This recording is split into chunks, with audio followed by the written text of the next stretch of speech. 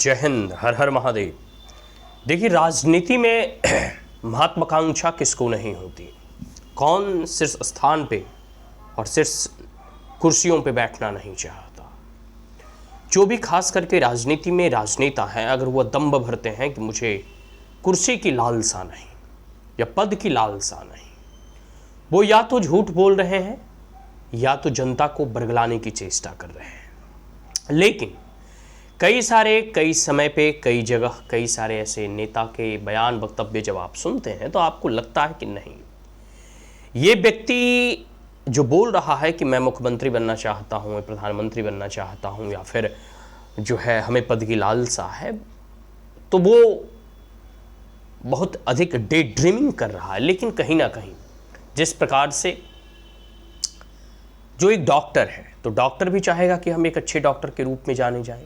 एक इंजीनियर है, इंजीनियर भी चाहेगा तो हम एक अच्छे और सबसे बड़े इंजीनियर की श्रेणी में जो है शुमार हों।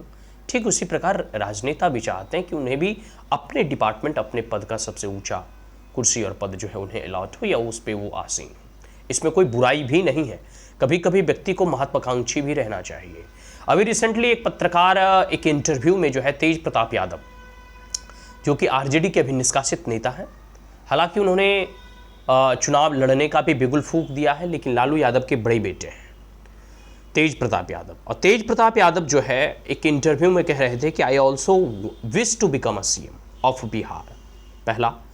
और दूसरा उन्होंने कहा कि I like to work like father, या फिर I like to work like Lalu Prasad Yadav.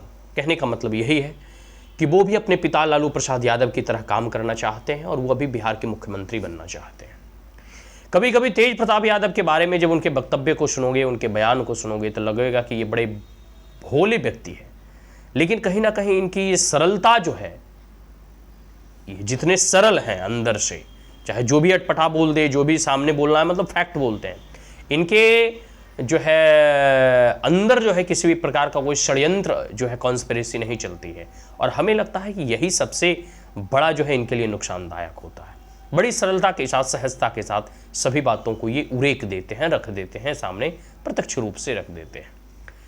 शाही परंपरा में या राजशाही परंपरा जो पहले चलती थी, उसमें बड़े बेटों को ही उत्तराधिकारी के तौर पे देखा जाता था। लेकिन अभी वर्तमान की जो बिहार की शाही परिवार है लालू यादव, तो इनमें जो है इनके छोटे बेटे, ठीक है, तेजस्वी यादव को मुख्यमंत्री के तौर पे, या पहले भी जब देखे होंगे कि जब ये 2 बार सत्ता में आए तो डिप्टी सीएम भी बनाया गया, तो तेजस्वी यादव को, तेज प्रताप यादव को सिर्फ मंत्री जो है पद अलॉट किए गए।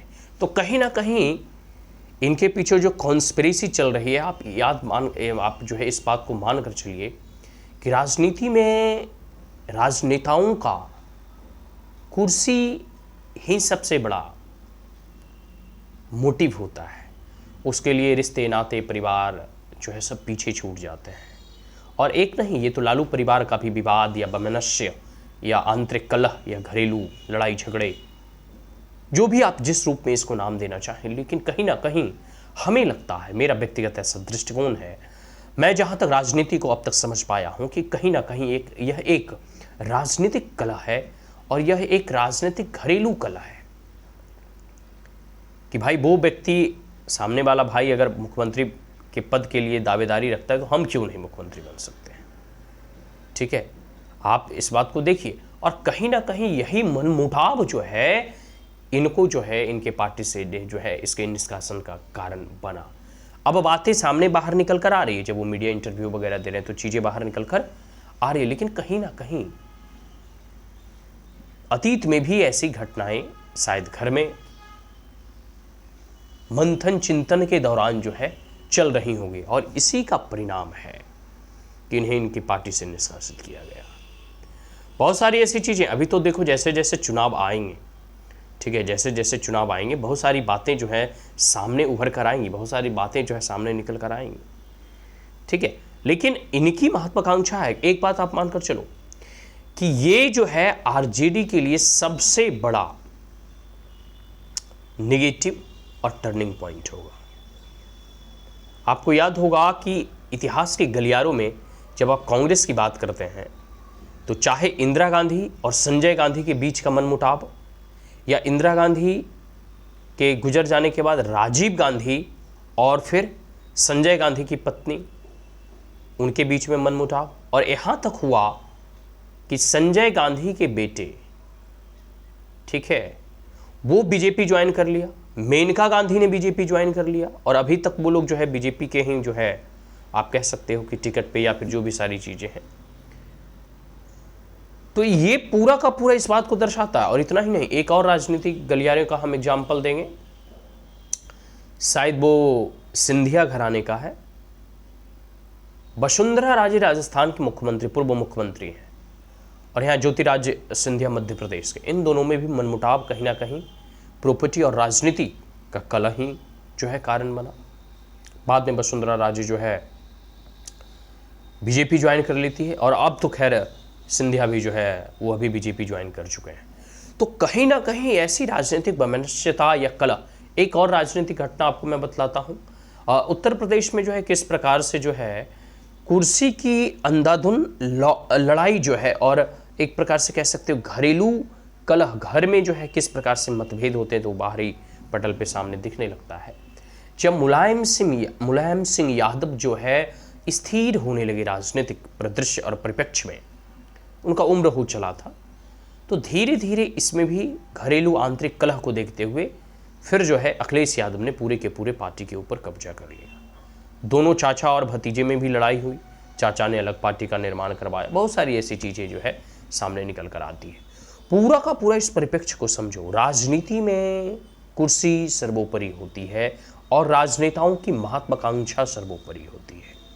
बहुत सारी बातें हैं राजनीति के, कई सारी ऐसी घटनाएं, कई सारे ऐसे जो है आप बिंदुओं पे बात कर सकते हैं जिसमें आपको सोच कर लगेगा कि अरे यार ऐसा भी हो सकता है, ऐसा भी हो सकता है, नहीं बल्कि ऐसा होता ही है।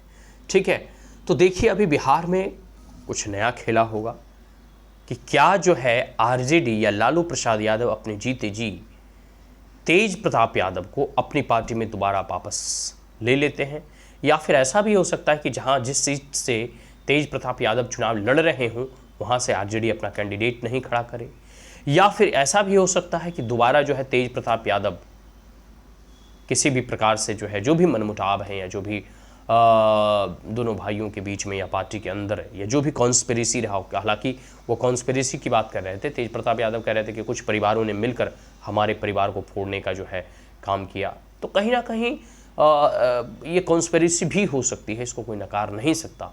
और हमेशा जो है बड़े बड़े घराने के अगेंस्ट जो है कॉन्स्पिरेसियाँ चलती रहती हैं, षड्यंत्र चलते रहते हैं, लेकिन ओवरऑल इससे बेनिफिट बीजेपी को होगा।